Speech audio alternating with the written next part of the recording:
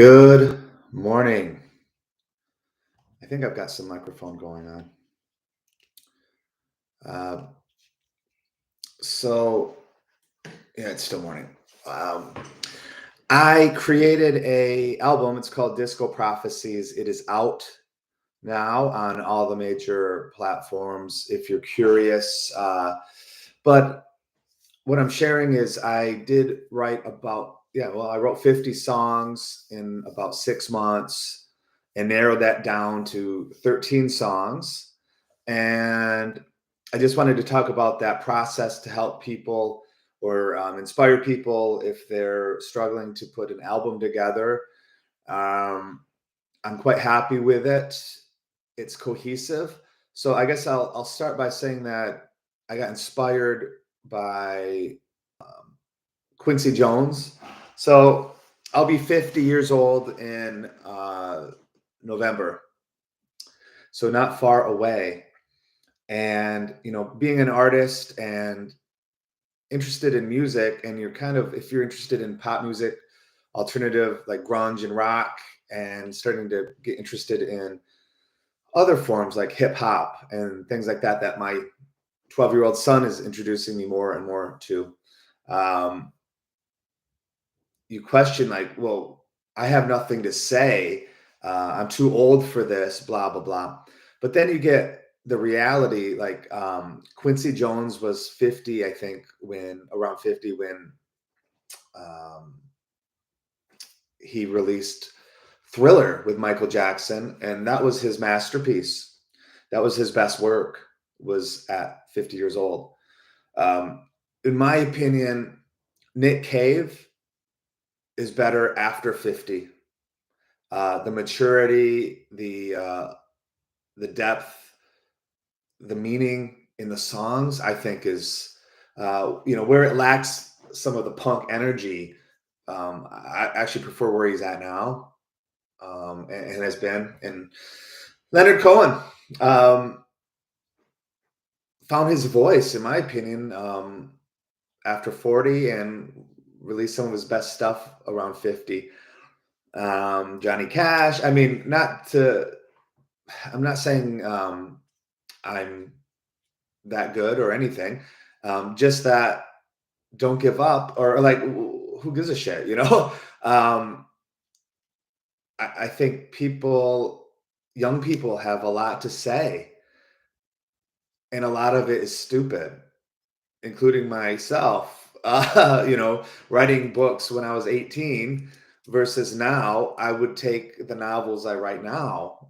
Um, and still, there's an energy that the youth have that is amazing, and that works awesome for pop music and rock music.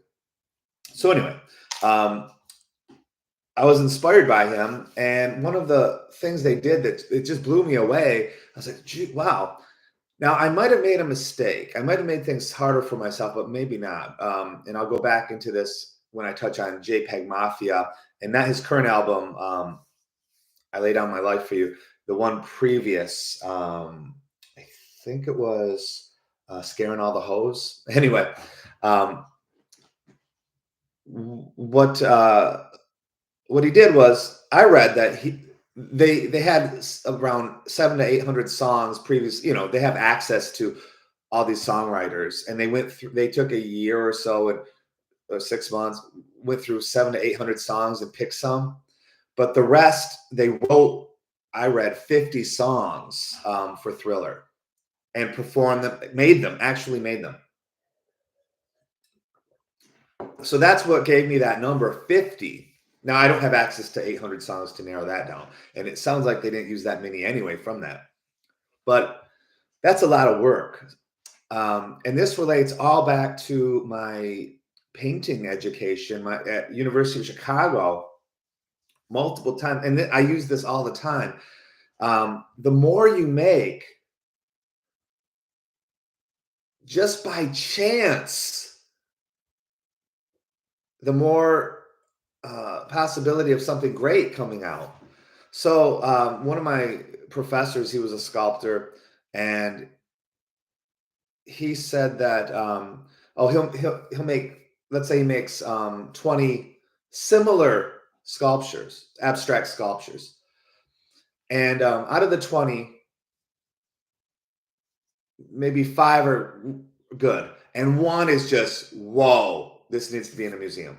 And somebody's like, wow, how did you, on this one, that curve, and did you come up with that? Folks, the secret is he didn't. Just by chance, whatever, his hand moved, and out of the 30 he made, that one by chance happened to come through. The more you make, the more chance that something's going to be cool, despite how bad you are at art. So take that to heart. The more you make, the more chance you have of making something great. And that's the philosophy that Quincy Jones had for Thriller, for sure. Now, later, I read recently, after I made these 50 songs, I read that it was actually 30. So did I overdo it? And now we'll go back to the JPEG Mafia. That other album he actually wrote and created 97 songs. Why you didn't just do the 100? I guess he just couldn't. So that sounds like there was absolutely nothing left. So 97 songs. And so here I'm thinking, you know what? I might not be famous, but I'm a hard worker. I'm an artist, and I know, and I made the best product I could. I made, performed, produced, mastered, mixed 50 freaking songs in 6 months. Then I read JPEG Mafia, 97 songs. But you see how great he is because of that hard work. And by chance, he works, his songs are very unexpected, chaotic. There is a randomness allowed. So the more he makes, the more by chance something good you're like, whoa.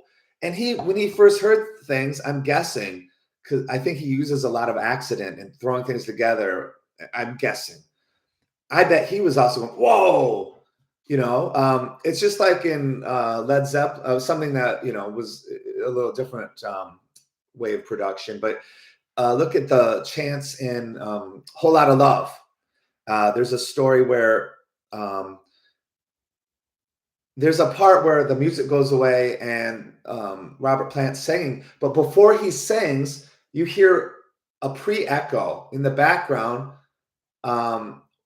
Woman, and then the real vocal. They're like, and they reach for it to turn it up. Just by chance, there was bleed through the tape of a previous vocal attempt, and they kept it. Now, what I'm saying is be open to chance, randomness, chaos. Use that. And usually it's garbage. 90% of the time it's crap, but you don't know which one's going to be crap and which one by accident will sound awesome. So that means you have to make a lot of work. So my experience in this as a creator, it started, my son challenged me because I drive him to school almost every day, and we blast Kendrick Lamar, Eminem. He loves rap, hip hop. So he started to get me into it. I'm like, why do you like this? He likes some rock and roll. He likes some Nirvana, some Led Zeppelin, some Prince. Erotic City is his favorite Prince song. I'm proud to say.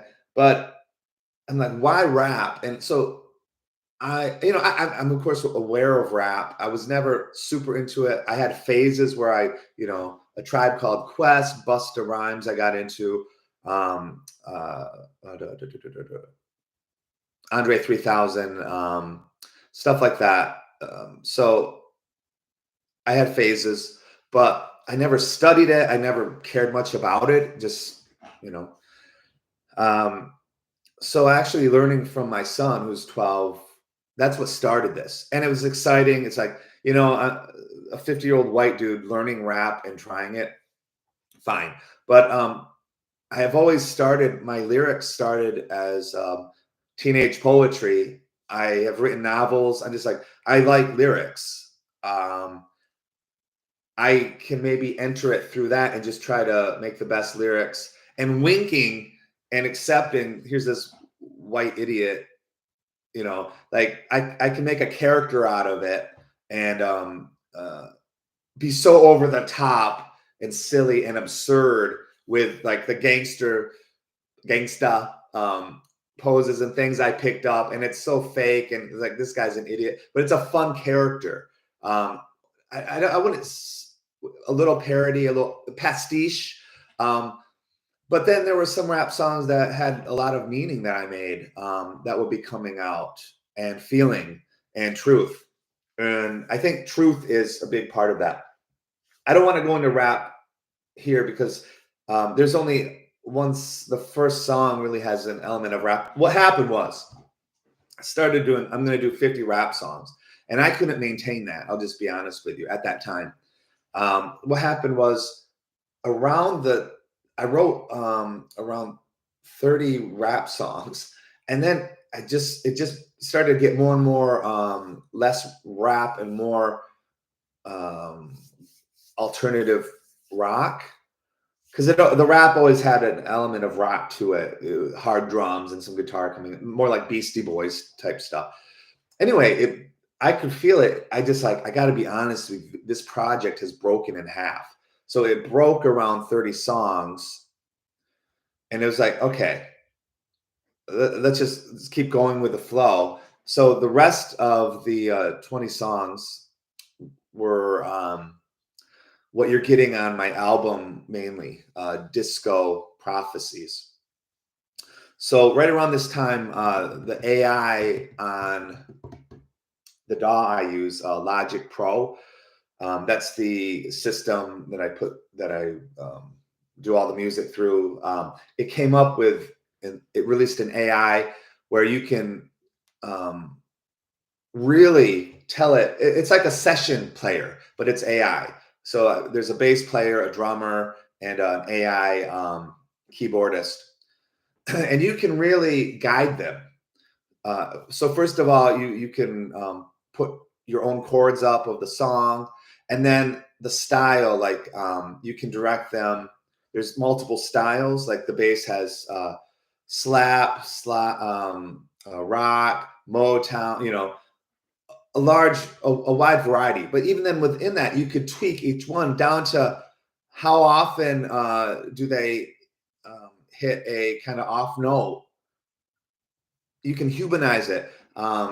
Is it aggressive? Is it pushing the music, or is it following more? I mean, so you can, just like a real human, I go, okay, more intensity here, then less down, and then the drums are going to go up, and you're going to totally stop, and then so I loved it, and I have tried at age 50 to put bands together or sing for bands. And it's so hard at this age when everyone's got kids, jobs, other commitments. And finally, I just like, you know, F this whole thing. Nothing wrong with these people, but why bother?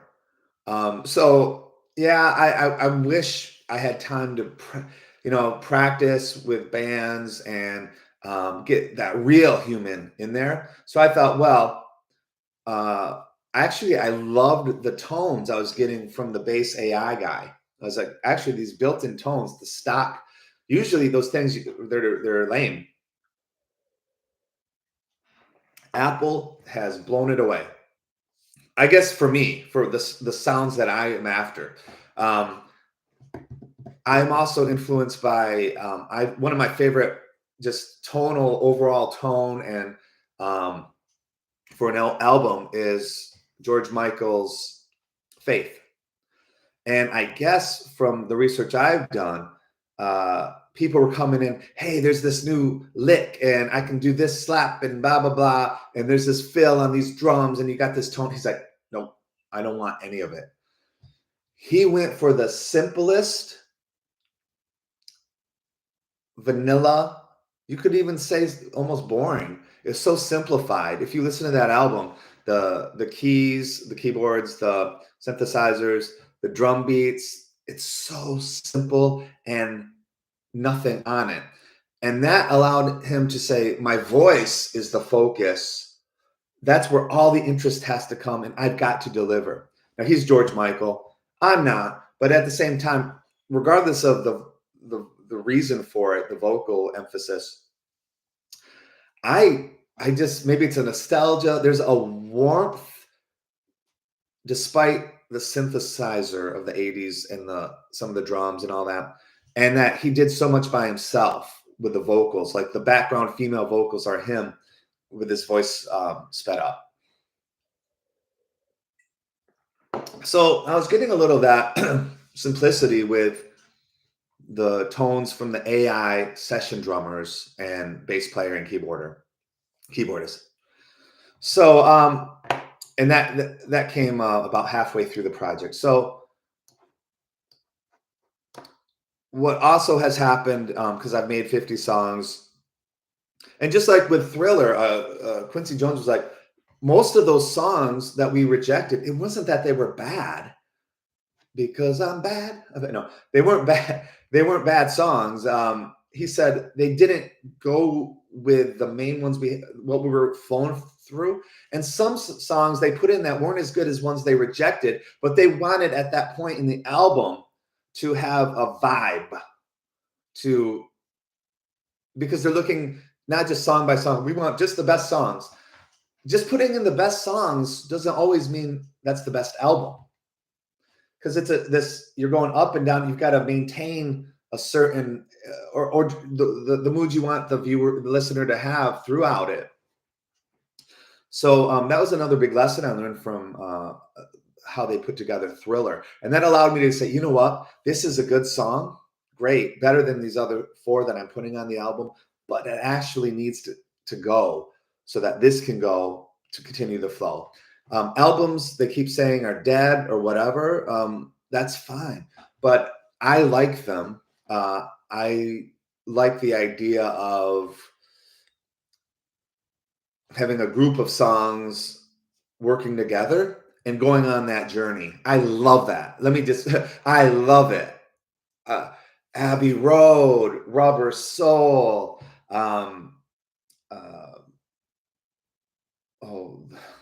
most of Prince's oeuvre, but especially what was it?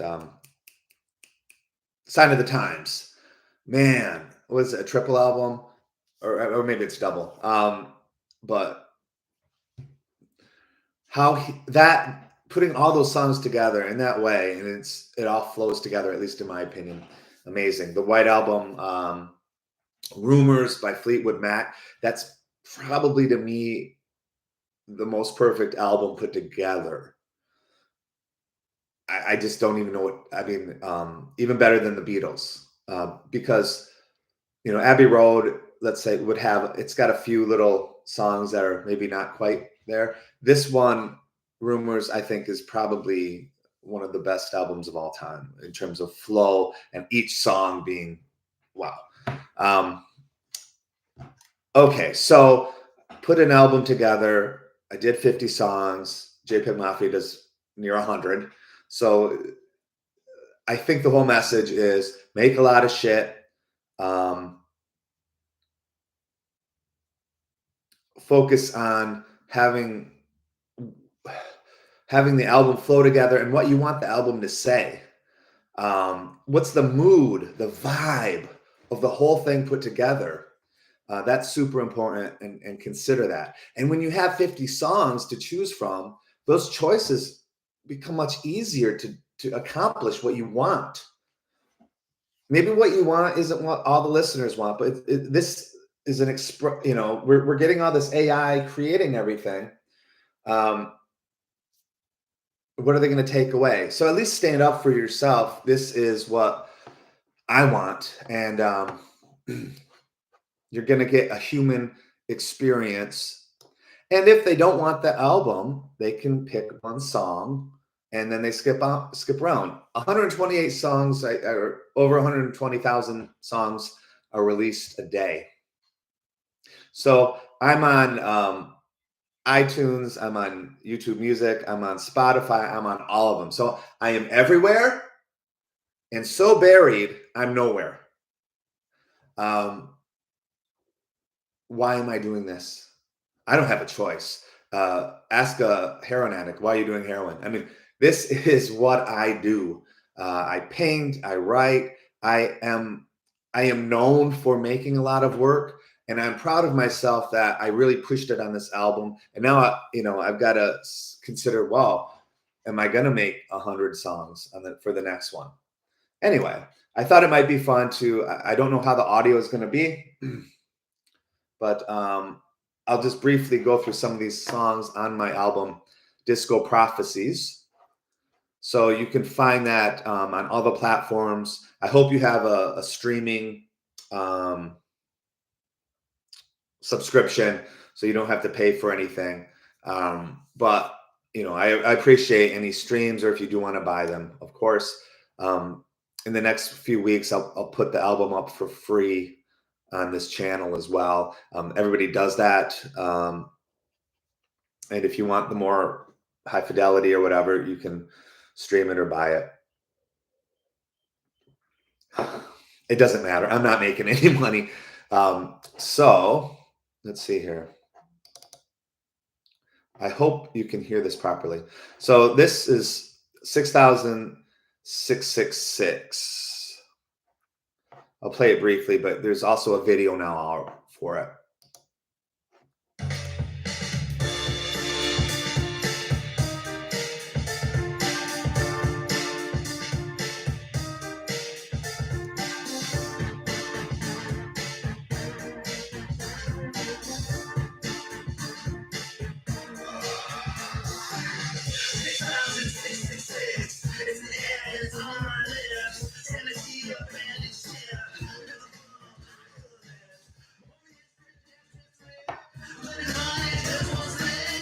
So I kept that song because it is so different than the rest of the album. And I wanted to, and like in Willy Wonka, when he falls and trips and then stands straight up, like you don't know what to expect.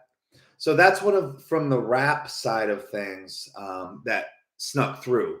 That's the only one that kind of has that element of rap. So I really I love the song, and it's my son's favorite song I've ever done, pretty much. And that started from just feeling, after the pandemic, I got to be honest, I don't think I've ever fully recovered from that psychologically, just waking up in fear for your family, your job. And in Melbourne, Australia, it was super restrictive. So then most recently, I don't want to go at all political. I have my opinions, but I don't go into the details of it. But the Israeli-Palestinian attacks and war and everything going on right now, that really inspired it. The horrors, seeing these victims with everything else in the world, Trumpism, and just, it feels like the end of the world. 666, the number of the beast. So at the same time, I was doing some of these raps. My idea was to blend, because I was studying Jewish mysticism, Kabbalah. I was like, Jewish rap, and it was just so funny in a way. So I was using a lot of Kabbalistic mysticism within the rap songs that I was doing. So I think that was quite original. But this came through. So it was like, well, what's worse than 666? Please, that's a relief. Not that is really the meaning of 666. So what's worse than 666? 6,666. Now, originally this was 2000. It was 2006, which is a novel about the gang murders on the borderland. And where was that? Anyway, you can look up the novel. It's dark. The end, I couldn't even finish the end. It just murder, police file murder after police file murder after police, hundreds of them. And the idea was just showing, the horrors there. So it was really 2006, but it just wasn't resonating with me. And I was studying the Kabbalah, and this 6,666 came to me. And only later did I did some Googling because I think I was gonna name the album that. But there's some TV show that has 6,666, some Yellowstone thing I knew nothing about until just like a couple months ago. And this was made, 6 months ago. My version. So it happens, but that's the real origins of that song.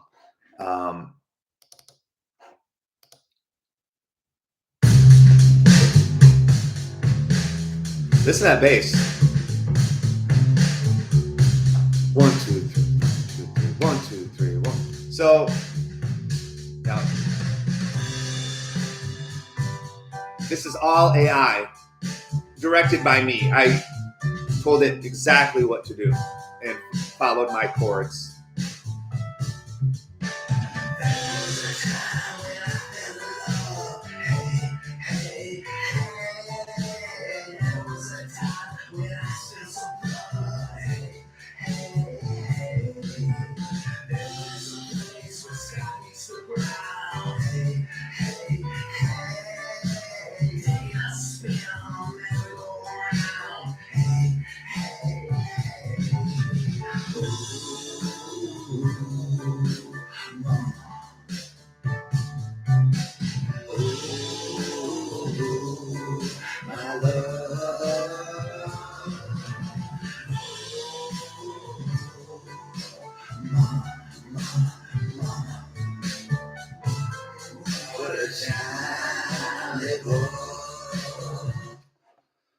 So this is really strange. I had this song and I always liked it and I'd strum along, but I never recorded it from several years ago.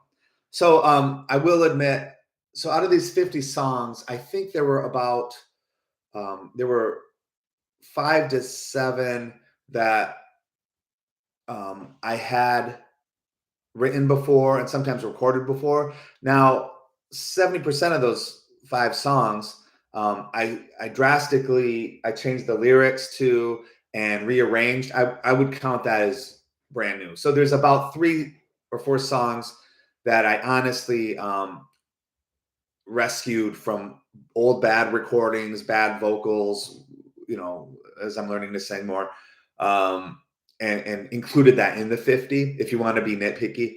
But this one was written years ago, and it was usually if I write the lyrics, I've got a file kind of hidden, song lyrics, and it's got sometimes chords with it. But for whatever reason, I always had that file in the corner of my computer, and something possessed me to, here's a good, I'm running out of songs. I can't think of anything. What's that old one? I like strumming that, and Ooh Mama, I just really liked it. And it turned out it's one of my favorite songs on the whole album. It's real. And what's unique about it, at first I couldn't get the drums to work right. And I'm like, wait a minute. This is 3/4. It's not 4/4. So this is the only song that's 3/4 on the album. So that's unique. And the only bass that really fit well was a stand-up sounding old-fashioned, those big, huge ones. I'm like, wow, okay. I'm proud of, there's harmonica I play on there. I stitched together multiple tracks because I haven't played harmonica much. I used to when I was like 18. I was getting pretty good, but I've put it away. And then the harmonica I ordered, I didn't know what I was doing. For some reason, I bought a double harmonica, So it's like anyway, there's two bands, so there's some sort of chording, but it's actually more difficult for me to play, and it's not quite what I'm after. But I managed to pull it off, in my opinion, on this track. I don't really know what this song's about. It just sort of created itself in a way.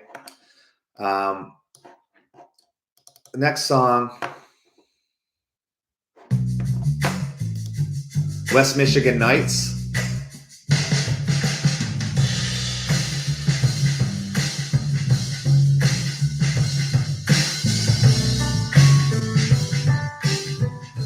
Again, this is all AI. I think I play lead guitar and sing, of course.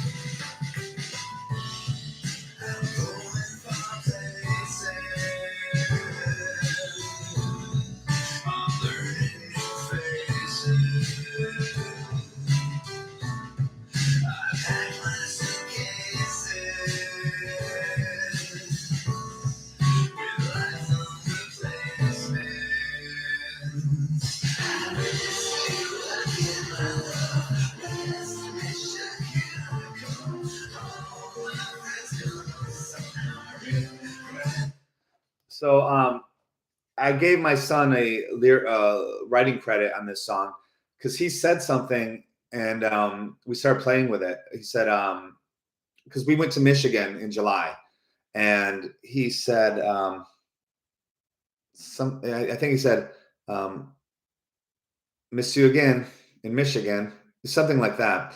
And I was like, whoa, what did you say?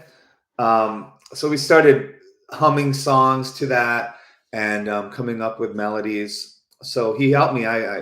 So there's a lot of great memories in making the song. And I was in Michigan, my home state, and visiting friends and family. So it was sort of a sad, happy, real experience. And I put it through this song. So I just wanted to give a feeling of the top three songs and how they're flowing together, some of the ideas, and inspire people to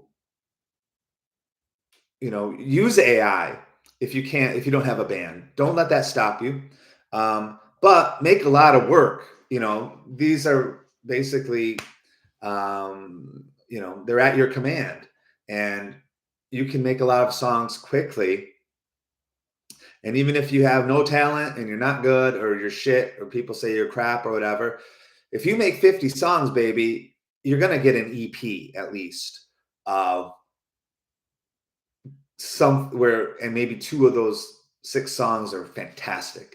I guarantee you that will happen. And if it doesn't, maybe this isn't for you. I don't know. I wouldn't want to say that. I would say, well, then do 200 more songs and then come back to us and see what you got. So that's what I'm saying. And those people who are like, oh, I'm not going to do that much work, then you don't have it. Even Michael Jackson and Quincy Jones did that. JPEG Mafia goes way beyond that. So who do you think you are? So make heaps of work. And now with AI, what's the limits? Make a song a week if you can't do more. Make a song a month if you can't do more. And then in a year, you've got your EP or an album or a double album. I don't know. So I wanted to give a little intro of where I came from with that inspiration to other artists. If you check it out and you go, oh, actually, this is kind of cool.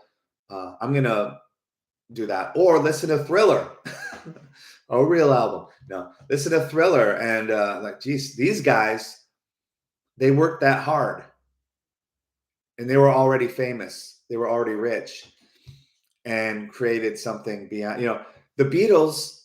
There were two main songwriters, and George even was near the end writing heaps of songs. And George said there were just too many songs. So I think that caused conflict. But in reality, also, I would say that allowed them to pick the best, just like we're doing now. So make heaps of work, throw yourself out there. Don't worry about criticism. You're too young, you're too old, you're too fat, you're too bald, you're too white, you're too black, you're too Mexican. What is all of that? The art doesn't care. The song doesn't care. Um, there's 120,000 songs, as I mentioned, being released a day. Let's be honest, guys. Fame and fortune, people don't want the famous stars. They don't want to admit how much. A lot of them don't want to admit how much luck played a part in that. So the more stuff you put out, the more chances. If you are good, it's hard to be seen.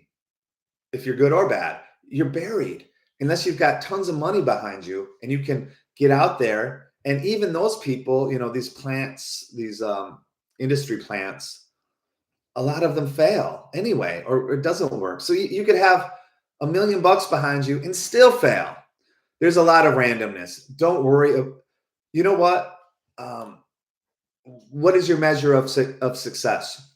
To me, I feel totally successful in this endeavor because I put in the work and I am proud of this album. And I had so much fun making that video. And I love how it is matching the mood of that song 6,666 and the grittiness of Melbourne. I think I've captured parts of that in those locations and integrated my performance into that. So I'm super proud of the video, super proud of the album. I already feel it is a success. It would be great if I could make some money off of it. I don't think I will by chance. I don't know. I'll remain positive, but it is out on all the major platforms. If people are like, I like independent artists with unique views, doing it all on their own. I get the full expression. I'm tired of this AI crap. I'm a Gen Xer. I miss sort of the punk edge, and at the same time with sort of Beatley, Nirvana-esque melodies still interwoven. I feel that's kind of the direction I've gone with this album. A mature grunge, I guess, a mature punk in terms of the DIY aspects to it. I don't know. You judge for yourself if you're interested. I appreciate any interest, but also if you're stuck or kind of not sure where to go or worried about what people think of you or whatever, if I can give any inspiration just to push you off just that one little nudge to get suddenly there's, more music out there that's good, or someone that has expressed themselves, feels better about themselves and makes the world better. Can it just be that? If you're depressed, you're down, and then you express yourself and maybe nobody even hears your album, but you did something and that makes you a better person to be around. Isn't that worth it? So make your albums. Thanks again. And yeah, check it out, stream it, and let me know what you think. Cheers.